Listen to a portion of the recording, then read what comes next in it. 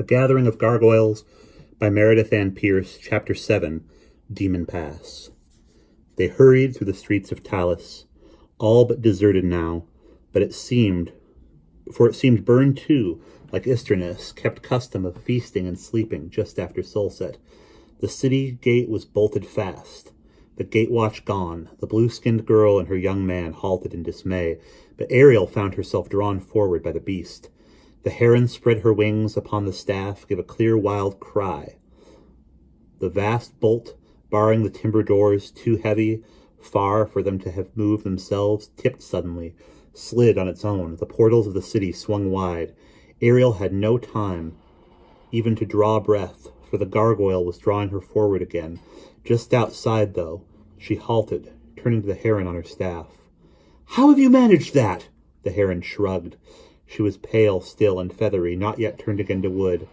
"I am a messenger. The ancients made me to travel unimpeded, so I can open doors." Ariel made to say no more then, but the heron glanced at her. "However, it is quite tiring, and by heaven this is an excellent perch. I must sleep."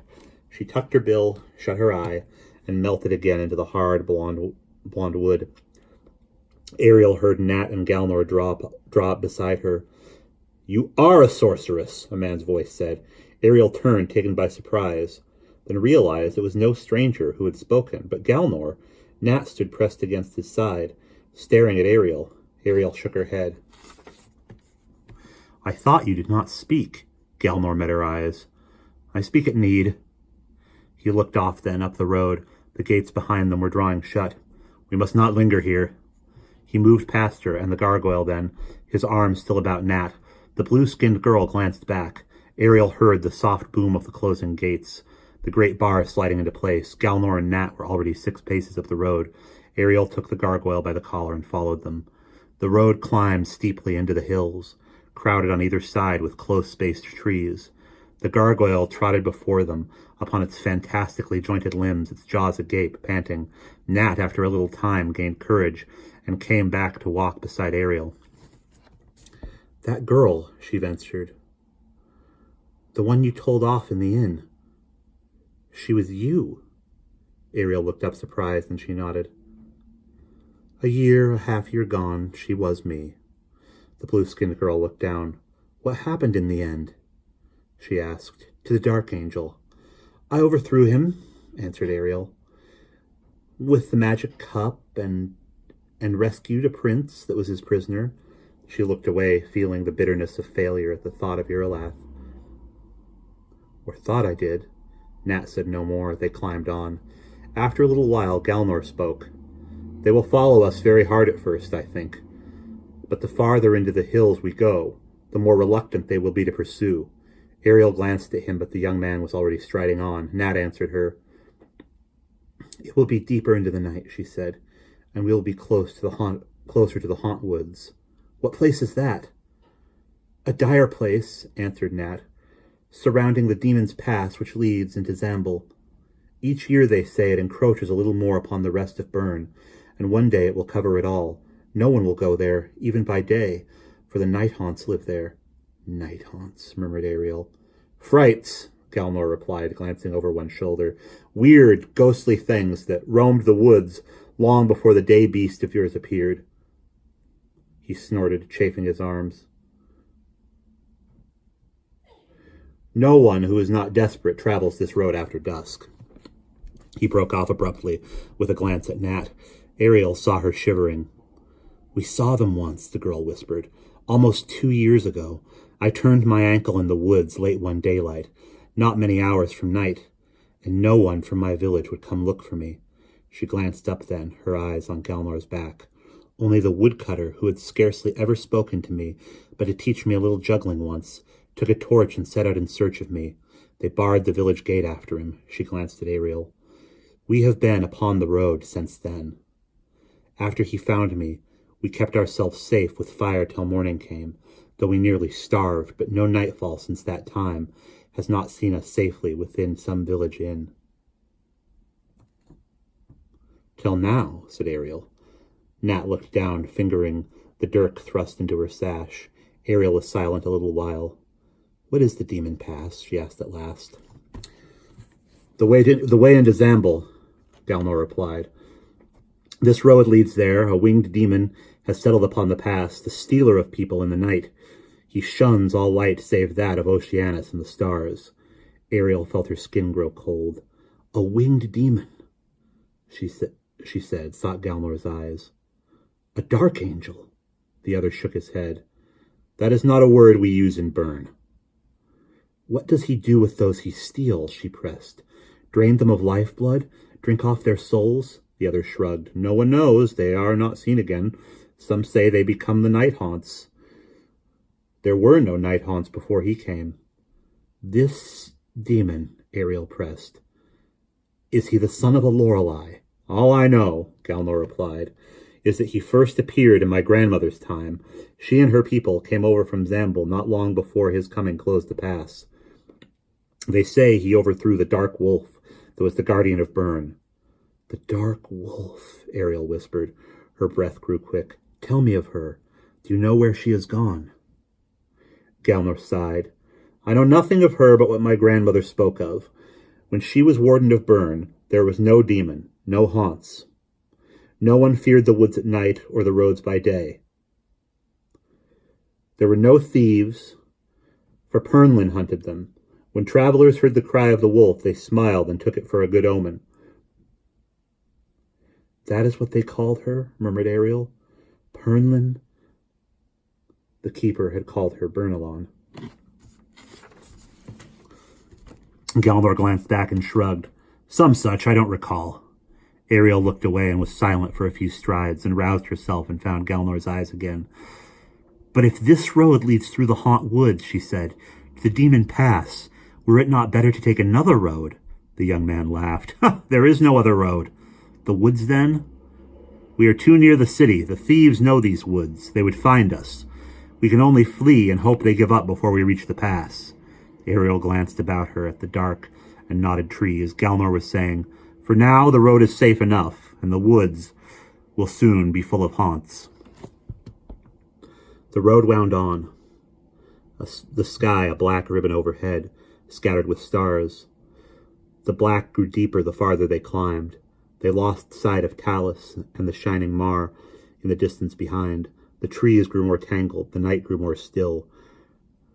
Grayling no longer ranged ahead, but stayed close. They camped after a long time of walking. Ariel could not gauge how much of the night had passed, for there was no horizon against which to measure the movement of stars. Oceanus hung low. She caught only glimpses of it through the trees. They had no fire, and nothing with which to make a fire. Galnor cursed himself for not having thought to bring a torch from the inn. They huddled together in a wide place in the road and drew lots to see who would keep first watch. The short lot fell to Galnor. Ariel and Nat lay down and slept. After what seemed far too short a time, Galnor shook her. Ariel sat up beside the gargoyle then, stroking its mangy fur. The silence was utter, save for their own near-noiseless breathing. The woods creaked randomly. There was no wind. Nat slept curled in Galnor's arms. Ariel felt a twinge of longing and loss, even a little envy as she eyed them. I have been a bride 4 day months, she thought, and have never slept in anyone's arms, save Bomba's. She gazed off across the dark. When I was very young, a child in the syndic's house in Touraine, and lay thrashing and screaming in nightmares, then I slept in my old nurse Bomba's arms. Ariel put her closed eyes to Grayling's stiff fur for a moment. I have no husband and no kith, she thought, and am utterly alone in the world. She shook herself then, lifting her head, and struggled to throw off her useless feeling of despair. She sat up until she adjusted 3 or 4 hours had passed. Until she had judged 3 or 4 hours had passed. Then she wakened Nat, lay down, and drifted into exhausted sleep. She started awake suddenly, some time after, to find Nat shaking her. Hist, awake! Ariel sat up groggily. She felt sore and tired still. Nat had shaken Galnor as well. He was already on his feet at Wood's Edge. The gargoyle stood near him, lips curled. Nat pointed. Night haunts! 2 pale things lurked half-hidden among the trees. One stood upright, almost human-shaped. The other, 4-footed and hairless white, lifted its muzzle, testing the air. Bone. They were all strange bone under papery skin. Nat pulled a dagger from her sash. Galnor caught up a stone from the roadway and threw. "Don't waste a dirk," he said. The pair started, vanished like smoke among the trees. Ariel caught a whiff of something that smelled like lye. She noticed where the pair had stood. The earth was bare, the ground cover dying. "Let's be off," Galnor said. They lived on berries and crabapple palms. Oceanus, the pale stars, gave little light. Galnor stripped the underbark from certain trees. It had a leathery, cheese-like taste. The gargoyle ate nothing. Galnor slashed fruiting gourds for water. They passed no streams. The higher into the hills they went, the more pale, bony figures they saw. Some followed the travelers a little way. Others merely stood staring. At first, Nat and Galnor threw stones at everyone they saw, but soon they grew too frequent and too many to be constantly trying to drive away. At length, Ariel all but forgot them and wondered what travelers feared in them, for they never approached. It was during their 5th camp that she awoke abruptly from deep sleep. The gargoyle beside her had lunged to its feet. Ariel rolled, blinking, still half asleep, and saw Nat across from her, nodding into a doze at her watch. A white ghost shape, crouching behind the girl, was reaching out its small, unearthly, slender hand to touch Nat's cheek. The gargoyle snarled savagely. Ariel started up with a cry and swung her staff, but the creature ducked. Uncannily, it seemed to collapse like a heap of bone. Then it scrambled away. The trees swallowed it, and its long, thready wail wandered through the air.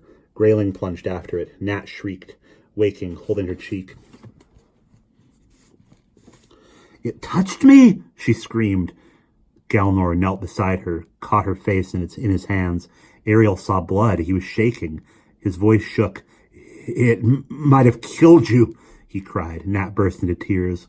"I was so tired, I didn't mean to sleep." Galnor took her in his arms and stood, lifting her, carrying her like a child. "We'll stop more often," he said. They broke camp. Nat's had been the last watch. They struggled off along the road again, Nat dozing in Galnor's arms. "It wanted to take something from me," she murmured. "The bleeding won't stop." Ariel remembered the whale's wax she carried, and what the innkeeper had called it. She broke off a little from the lump in her pack, and crumbling it, spread it over the tiny patch on Nat's cheek. The skin was gray there, seeming unbroken, but oozing blood. "Better," murmured Nat, drifting again. "It doesn't hurt now." When she awoke later, the bleeding had stopped. Galnor set her on her feet. Not long after, the gargoyle rejoined them. Something like bone meal dusted its jaws, and there were scratches on its hide, but they seemed very slight and did not bleed. Not a dozen hours after that, Ariel spotted the first signs of pursuit, and we will pause there.